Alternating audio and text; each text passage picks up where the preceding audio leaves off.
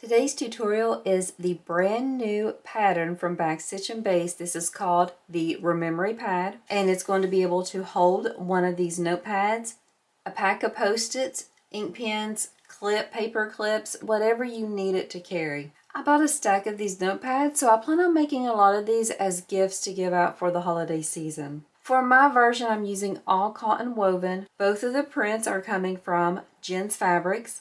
I have everything interfaced with a layer of SF101, which is a medium weight interfacing, and on the exterior and the flap, I added a layer of fleece. I did keep that out of the seam allowance. There are two different ways for closure on this Rememory Pad. One is going to be a snap tab, and the other is going to be a piece of elastic.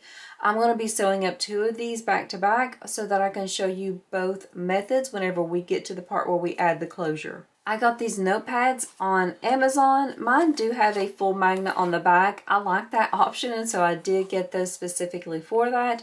I'll have a link in my description for where you can get these. Also for where you can get the pattern and the fabrics I'm using today. I'm using one number 5 piece of zipper tape and one number 5 zipper pull. This is from Altalia Fiber Arts.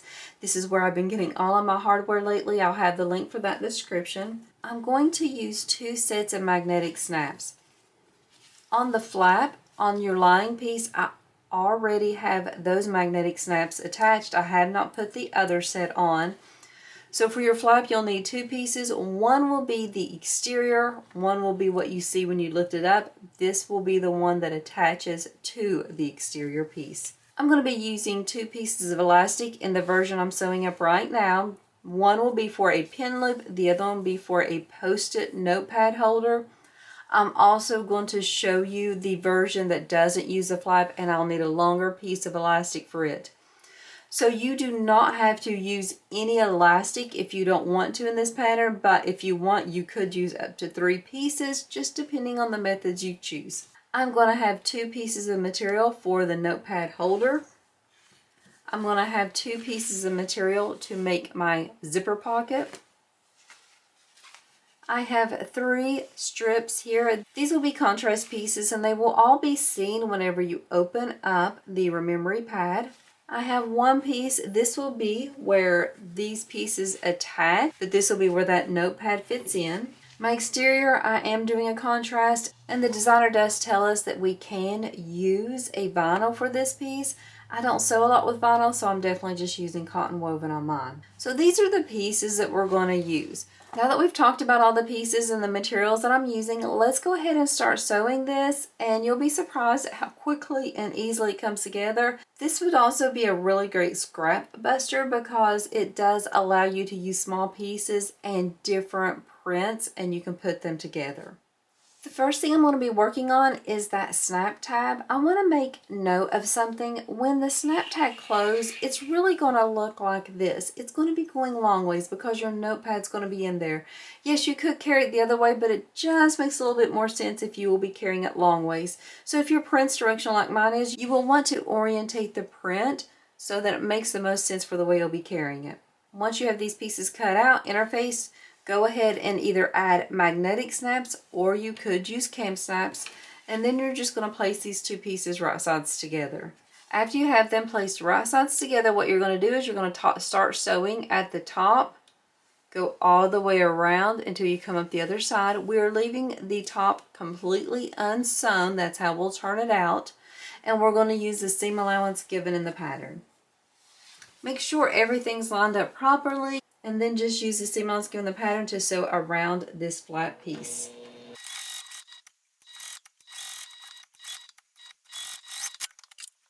Let's trim up some of that seam allowance. I tend to like to cut at a diagonal at the top and around the corners just to take off a little more of that bulk there. Once you have the seam allowances trimmed, let's go ahead and turn this right sides out, give it a good press, and then we will top stitch. I'm just going to top stitch 1/8 of an inch away from the 2 sides and the bottom to the 3 sides we just sewn, and then I'm just going to baste across the top. Now that I have that flap sewn, I'm going to set it aside until I'm ready to attach it to the exterior. Next, I'm going to pull out these two slip pocket pieces and I'm going to take them. Make sure you follow your pattern for how you're going to have your print. If it's directional, you can see it's a little bit taller than it is wide. This is considered our top and our bottom.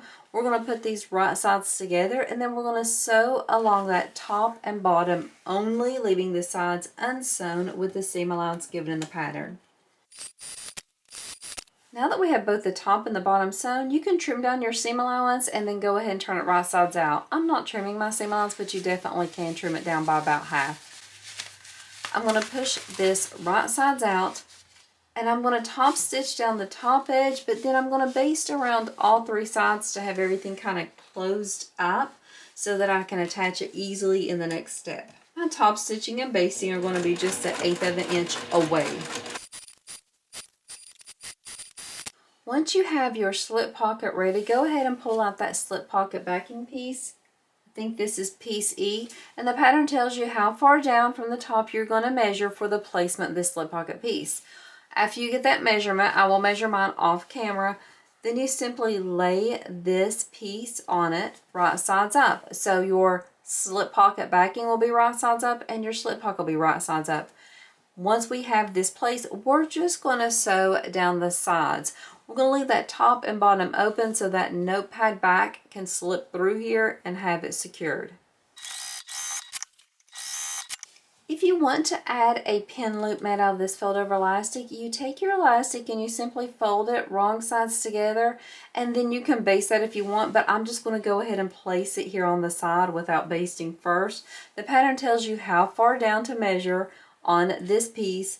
You simply place that loop there and then just sew it in place. I'm just going to use 1/8 of an inch seam allowance right here, making sure that I'm keeping my edges together since I did not baste it ahead of time. The next step on this piece is to go ahead and pull out 2 of these strips and let's add them to the sides here. What we do is, if your print's directional, make sure everything's going in the right way. Place it right sides down so that they are right sides together, and then you're going to sew along that edge with the seam allowance given in the pattern. You're going to do the same thing for this other one, but on the other side. After we have these sewn in place, we'll simply flip them over and we're going to top stitch on the strip side, not on the slip pocket backing side.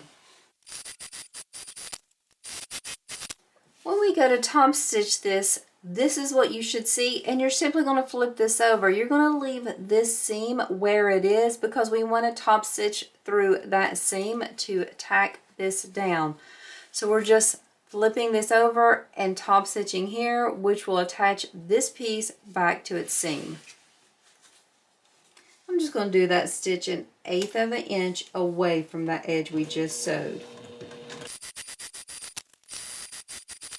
I had a little bit of stretching on these side pieces, so I'll trim up just about 1/8 of an inch off there to have everything even, and then this part is complete. We'll set it aside and start working on the zipper pocket piece.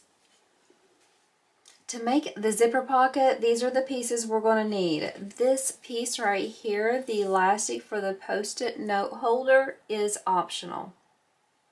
The first thing I want to do is I want to go ahead and take this piece, the smaller piece, and I want to draw the seam allowance on the back. I even drew this corner seam allowance here. I felt like this was a very necessary step. If you don't need it, that's fine, but at least read through the pattern to make sure you understand the purpose of this, because this was very beneficial to me drawing this on. I'm just going to work with the lining piece and the zipper.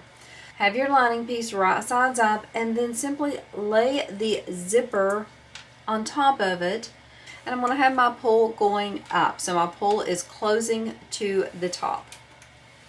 I am going to baste this zipper in place, but I'm only going to baste in between the cutouts. I don't need to sew any further past that, and I'm just going to do a basting stitch, which is 1/8 of an inch away. Just so you understand, the edges are not attached at all with this zipper. This loose part isn't sewn down either. So this is what I have now. So this next step is optional. If you want to add the fold over elastic for a post-it note holder, what you're going to do is you're going to have this zipper pocket piece right sides up. We want the notches to the left, and then we are going to use the pattern measurements to measure down from the top to get the placement for this piece of elastic. I'll measure off camera. But what you do is once you have it in the proper place, you're going to sew and baste this down only on the left side. You will not tack it down on the right just yet because we'll need to be able to lift this piece up whenever we're doing some top stitching. Whenever I baste it down, I'll just baste this small piece down here with 1/8 of an inch. I do not want to sew across the fold over elastic, just the edge to tack it down. Just to be clear, this is the way this elastic piece should look. Let's go ahead and leave this piece right sides up. Take this other piece with the elastic on it, hold or clip that elastic down, and then you're going to flip this piece so that it is right sides together with that lining piece. Make sure that that elastic is at the top. Go ahead and match up the cutout areas and the top and the bottom. I think it's best to add some clips here just because we'll be doing a little bit of stitching and maneuvering around, and you don't want things to shift on you. So when we're looking at this, we can see that mark we made or the seam allowance that we drew on. We're going to sew from the top corner down to the bottom. We are not sewing across this small area, the short area on the side. So just from here to here, sew directly on that line you drew. Okay, I'm going to back stitch when I start, sewing directly on that line. You will have to move your zipper pull when you get close to it. Once you have that line sewn, go ahead and pull out your scissors, and what you want to do is you want to cut a diagonal up to the stitches but not through them. I'm cutting through all the layers. And then what I want to do is I want to separate this. I'm going to turn it around so I can do this a little bit easier. And I want to go ahead and for the moment, I just want to pull out these cutout pieces so you can see what I'm looking at. So these cutouts are completely not sewn down. They are completely free. So what I want to do is I want to fold that raw edge of that cutout to that line I drew. And I'm going to go ahead and clip that into place. I'm going to come across the front to make sure it looks even. And then I want to clip it down to the zipper. So first I fold it. And then I push it down. I check to make sure it's even. Now in my first one, I did have this little bit of gap here, but it's fine. It gets caught in the seam allowance. So don't worry about that. So what I want to do now is I want to top stitch this small spot. So I'll top stitch over that, then go down, then back over again.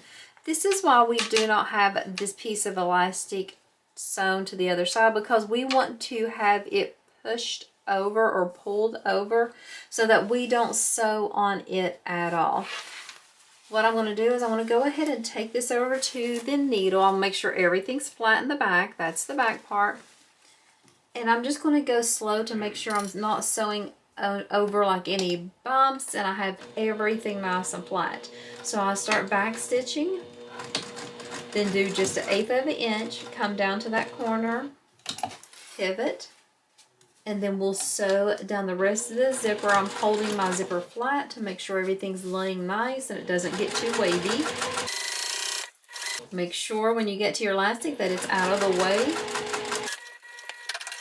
Once you get to the other edge, go ahead and pivot again. Now what I'm going to do is I'm going to go ahead and pull that elastic. I'm going to lay that elastic flat, make sure it's a straight line, clip there. And then we have this lining. I'm looking at the wrong side of the lining. I'm going to put the lining right sides together and have the raw edge up against this unsewn edge of the zipper. So the way I do is I just flip it up, fold it down. I'm going to clip match everything up. So here's how it looks from the front. Let's flip it over. You can see that the pocket lining is folded right sides together, and I have everything laying flat.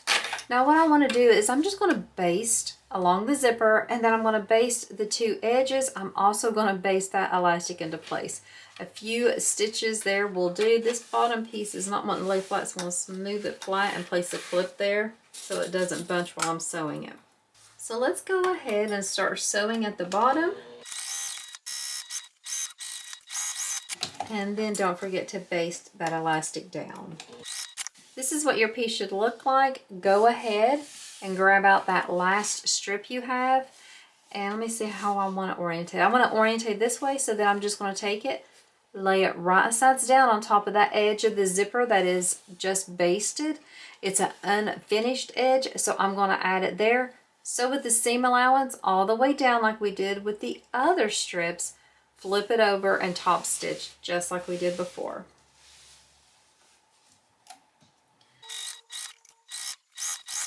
Now that you have that sewn, go ahead and pull it back. I'm going to pull my zipper pull all the way to the top, and I'm just going to flatten it, but I'm leaving that seam underneath because I want to attach this piece, this strip, to that seam. Let's do 1/8 of an inch away. This is what we have now. Let's go ahead and pull out the first part we worked on. Make sure you orientate it so that the slip pocket is closer to the top, as well as your pin loop if you have it's closer to the top. Let's put these right sides together. And we're going to sew along this edge. So the edge without the zipper, that's what we're sewing along. I'm going to match up my sides and top and bottom and clip all along. We will sew this edge with the full seam allowance, and then we will open and top stitch. Open that up, and let's make sure that the seam is underneath this skinny strip here in the middle, and let's top stitch down it again. So there will be 2 rows of top stitching on this strip, 1 on each side.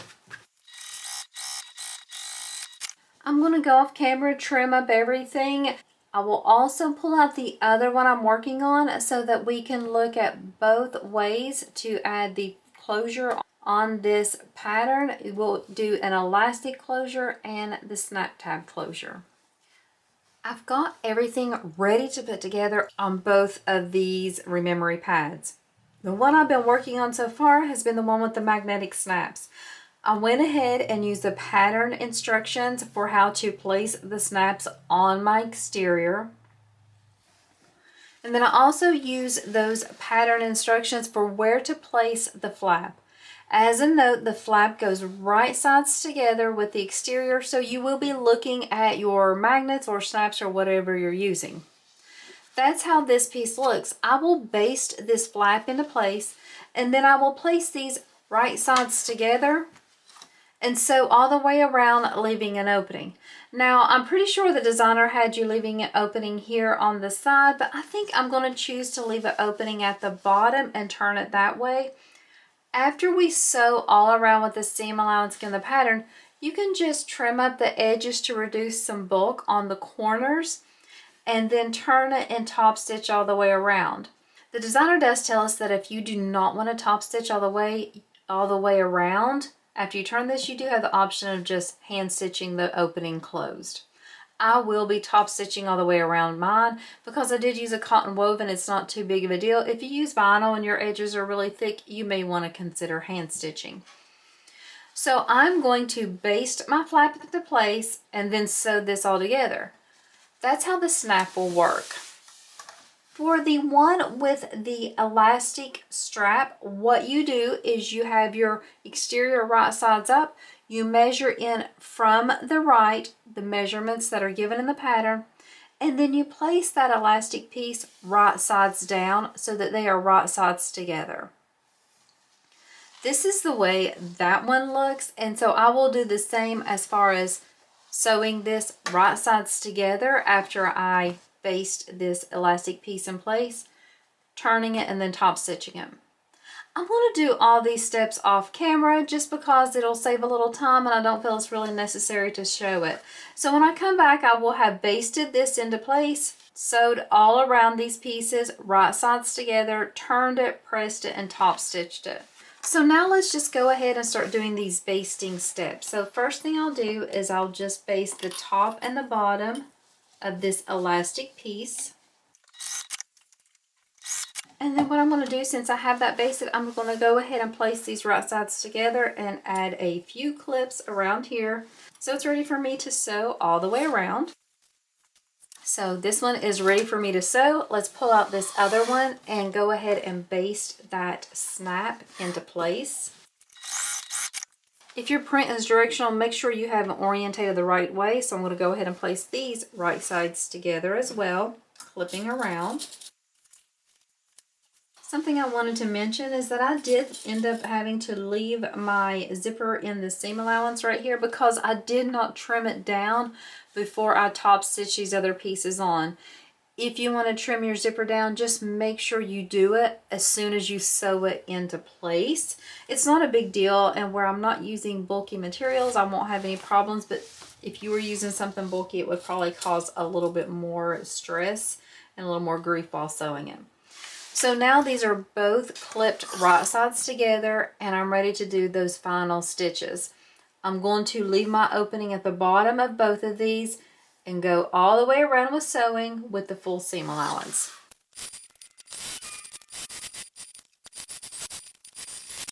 I have my first one sewn right sides together. I'm going to trim the corners and then I want to turn it right sides out and give it a good press. I'm going to do the same thing with my other one. I will come back with both of these sewn together, turned right side out and pressed, and then we will do that final row of top stitching together. I have both versions sewn together, turned right sides out and clipped. I need to top stitch now. I want to talk a little bit about how I'm going to top stitch both of these. For this one, what I'm going to do is I'm going to start top stitching here. I know this is going to be crazy, but I'm going to move this out of the way and I'm going to top stitch underneath it. I really just don't want it tacked down. I want it to be just sewn in there. So I'm going to start my stitching here, back stitch, go all the way around, and then stop sewing here, moving this to the side and stop right here where it's going to be hidden. Then I'll start again here, go all the way around till I come to this spot and connect it here. You do not have to do this. I'm just being a little bit extra because that's the way I want to do it. For the flap, I'm going to have it out like this. And I'm going to give just a little tug whenever I'm top stitching around there. I do not want to top stitch it down for sure. I want it to be open. I'm going to be top stitching all around these, and I'm going to go ahead and start with this one just so you can see where it's a little bit trickier, and then I'll do the other one off camera. So you can see I have it under the needle. I'm going to lift this up, get right up against there, and top stitch. Back stitch there, and then that's where I'll eventually stop, but I'll break my stitches down below here.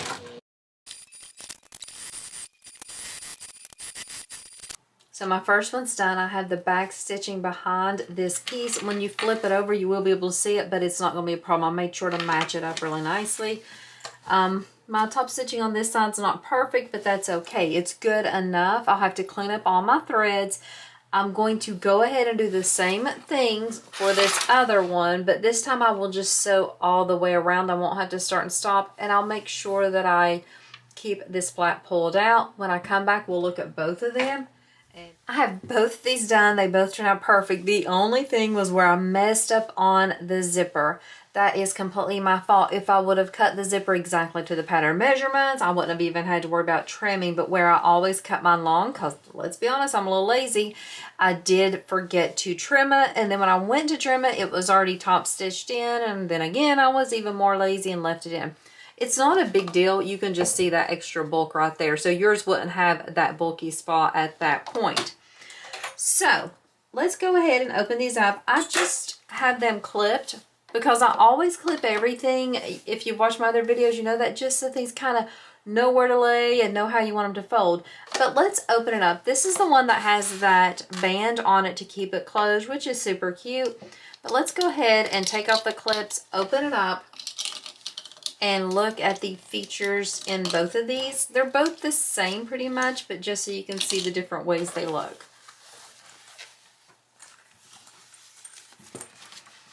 So this is the part where the notepad goes. What you do is you just take your notepad back and you slip it down inside there.